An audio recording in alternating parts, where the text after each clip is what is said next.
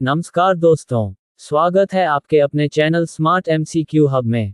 यहाँ हम पढ़ते हैं आसान भाषा में, कम समय में ज़्यादा ज्ञान।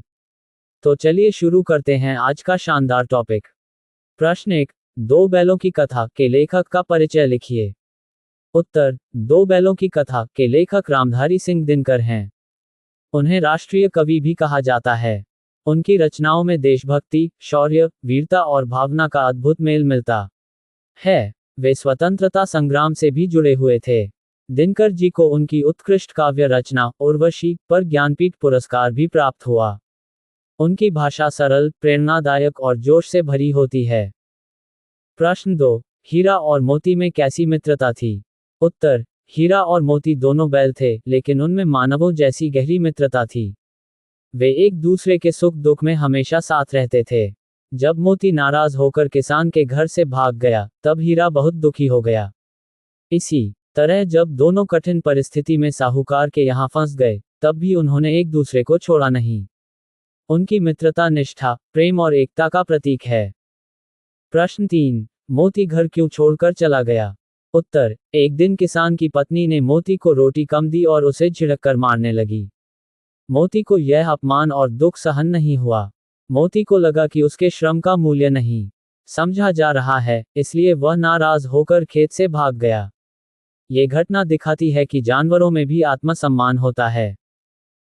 प्रश्न 4, मोती साहूकार के घर कैसे पहुंचा और वहां क्या हुआ? उत्तर, मोती घर छोड़कर चलते चलते साहूकार के दरवाजे पर जा पहुंचा। साहूकार ने उसे पहचान लिया और उसे अपने बैलों के साथ बांध दिया।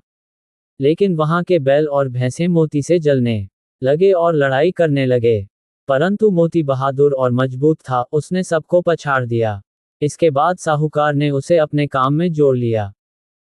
प्रश्न 5, साहूकार बैलों के साथ कैसा व्यवहार करता था? उत्तर, साहूकार बहुत लालची और कठोर स्वभाव का व्यक्ति था। वह बैलों को बहुत ज्यादा काम करवाता था और खाना बहुत कम देता था। उसे उनकी थकान या दुख की कोई परवाह नहीं थी। वह बैलों को सिर्फ लाभ कमाने का साधन समझता था, जो कि अन्यायपूर्ण और अमानवीय व्यवहार है। प्रश्न 6, हीरा ने साहूकार के आदमी को क्यों मारा? उत्तर, जब हीरा और मोती दोनों को साहूकार के यहाँ काम पर लगाया गया, तो एक आदमी उन्हें अन्यायपूर्वक मारने लगा। हीरा को अन्याय और अत्याचार बिल्कुल बर्दाश्त नहीं था, इसलिए उसने अपनी रक्षा के लिए उस आदमी पर हमला कर दिया। ये घटना बताती है कि सहनशीलता की भी एक सीमा होती है। प्रश्न 7, गांव वालों ने बैलों का साथ क्यों दिया? उत्तर, गांव वाले जानते थे कि साहूकार निर्दयी और लालची है। उन्होंने किसानों के बैलों को उसके चंगुल से छुड़ाने का फैसला किया। सभी गांव वाले एकता और साहस दिखाकर आगे आए और बैलों को वापस किसान के पास भिजवा दिया। ये घटना अन्याय के विरुद्ध समाज की एकजुटता को दर्शाती है। प्रश्न 8, बैलों के वापस आने पर किसान और उसकी पत्नी ने क्या किया?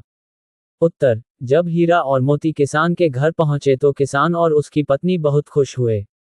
किसान की पत्नी ने उन्हें प्यार से सहलाया, अच्छा भोजन कराया और उनके प्रति पछतावे और प्रेम का भाव दिखाया। इससे पता चलता है कि पशु भी परिवार का हिस्सा होते हैं। प्रश्न 9, कहानी में बैलों का चरित्र कैसा दिखाया गया है?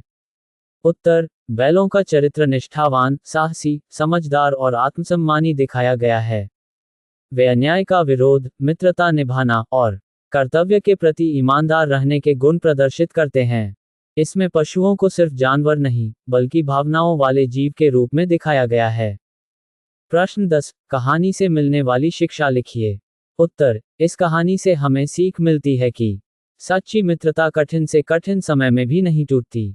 अन्याय का विरोध करना चाहिए, श्रम करने वाले का सम्मान होना चाहिए, पशुओं के प्रति दया और प्रेम करना चाहिए, क्योंकि वे समझदार और भावनाओं वाले जीव हैं।